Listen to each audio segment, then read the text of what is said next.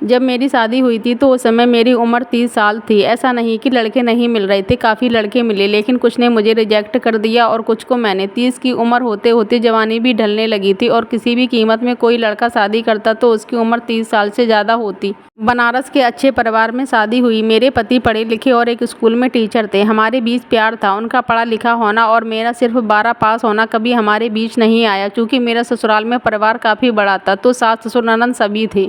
सारा दिन काम करने के बाद जब मैं अपने बहन और भाई से फ़ोन पर बात करती तो वो मुझे बोलते कि तुम अपना ध्यान दो, सिर्फ काम मत करो, तुम्हारी शादी की गई है, तुम कोई नौकर नहीं हो। और मुझे भी उनकी बातें सुनकर लगता कि ये सही बोल रहे हैं। ये सिलसिला 1-2 महीने चला और उसके बाद अचानक से मेरे पति घर पर आते और बोलते कि अपनी बहन और भाई से कम बात किया करो। मैंने बोला क्यों, क्या हो गया ऐसा? इस पर वो कुछ नहीं बोले। लेकिन जब वो स्कूल जाते तो अब मैं रात की जगह दोपहर में ही उनसे बात करती। 4-5 दिन बाद वो फिर मुझे मना किए और इस बार कहा कि ये घर तुम्हारा है, तुम्हें जैसा रहना है रहो, लेकिन किसी बाहरी का इंटरफेयर मुझे बर्दाश्त नहीं होगा।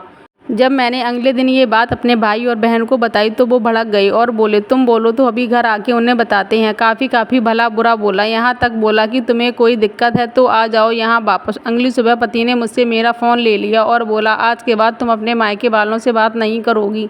मुझे लगा कि मैंने घर पे सब बात बताई है। हो सकता हो मेरे भाई और बहन ने इन्हें उल्टा सीधा बोला हो, इसके अलावा मेरे पति ने और कुछ नहीं बोला। मेरे मायके के लोग कई बार मुझे फ़ोन किया और जब कॉल रिसीव नहीं हुई तो उन्होंने मेरे पति के फ़ोन पर फ़ोन किया। उन्होंने साफ मना कर दिया कि आप लोग थोड़ा कम कनेक्शन रखिए। इतने में अगले दिन मेरे घर के लोग मेरे ससुराल आते और मेरे पति और घर वालों के ऊपर खूब चिल्लाते हैं कि पहले तो किसी ने कुछ नहीं बोला। उसके बाद मेरे पति मेरा फ़ोन लेके आते और सारी बातें जो मेरी बहन से हुई और भाई से हुई सबके सामने रिकॉर्ड किया हुआ सबको सुनाते हैं। अब मुझे पता चला कि मेरे फ़ोन में सारी बात रिकॉर्ड होती थी, जिसे सुनने के बाद मेरे पति मुझसे बात करने के लिए मना करते थे। बात और बढ़ गई। मेरी बहन ने मुझसे घर चलने को कहा और बोला इन सबसे रिश्ता तोड़ लो। मेरे पति ने बोला ये घर तुम्हारा है, लेकिन मैं तुम्हें ज़बरदस्ती नहीं रोकूंगा, ये फैसला तुम खुद करो। तुम्हें हमारे यहाँ रहना है या अपने मायके वापस जाना है, बस ये याद रखना। अगर यहाँ रहना है तो अपने मायके वालों से रिश्ता तोड़ना होगा और अगर मायके जाना है तो मुझसे रिश्ता तोड़ना होगा। मेरे भाई ने बोला ऐसे परिवार में रहना जेल में बंद होने जैसा, तुम हमारे साथ चलो,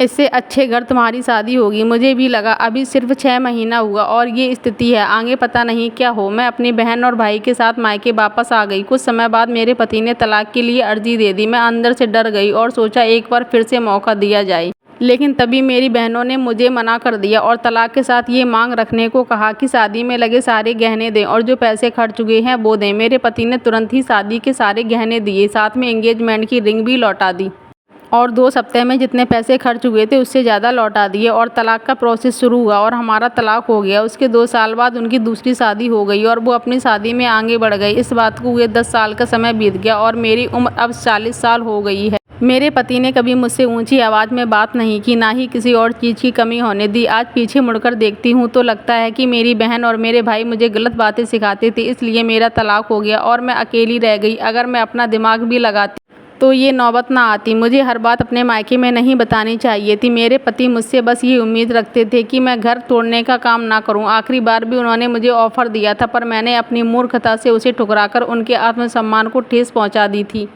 तभी शादी के पैसे और गहने सब कुछ वो तुरंत वापस कर दिए। आज मैं अकेली हूँ। मेरे 2 भाई और 3 बहन हैं, लेकिन सब अपने में व्यस्त हैं। दोनों भाई अपने परिवार में व्यस्त हैं और दोनों बहनों का अपना घर है और वो बाखूबी उसे संभाल रही हैं। अगर सही समय पर मैंने अपने मन की बात सुनी होती और पति की बात मानी होती तो आज मुझे ये दिन देखना नहीं पड़ता। जो लोग भी मेरी ये स्टोरी पढ़ रहे हैं, अगर उनकी शादी नहीं हुई है, खास तौर पर लड़कियां, तो आप एक बात याद रखिए, आपका घर आपका ससुराल है, उसे आप पहली प्राथमिकता दीजिए, क्योंकि मायका सिर्फ माँ बाप से होता है। भाई बहन आज हैं तो कल नहीं, उनके भी आगे चलकर अपने परिवार होंगे और वो भी अपने परिवार में व्यस्त होंगे। और अगर आप अपने भाई बहन की बात मानकर मेरी तरह अपना घर तोड़ना नहीं चाहती हैं तो मायके तक उतनी ही बात पहुंचाएं जितनी ज़रूरी हो। आपको मेरी ये कहानी कैसी लगी, अपनी राय कमेंट्स में ज़रूर दीजिएगा।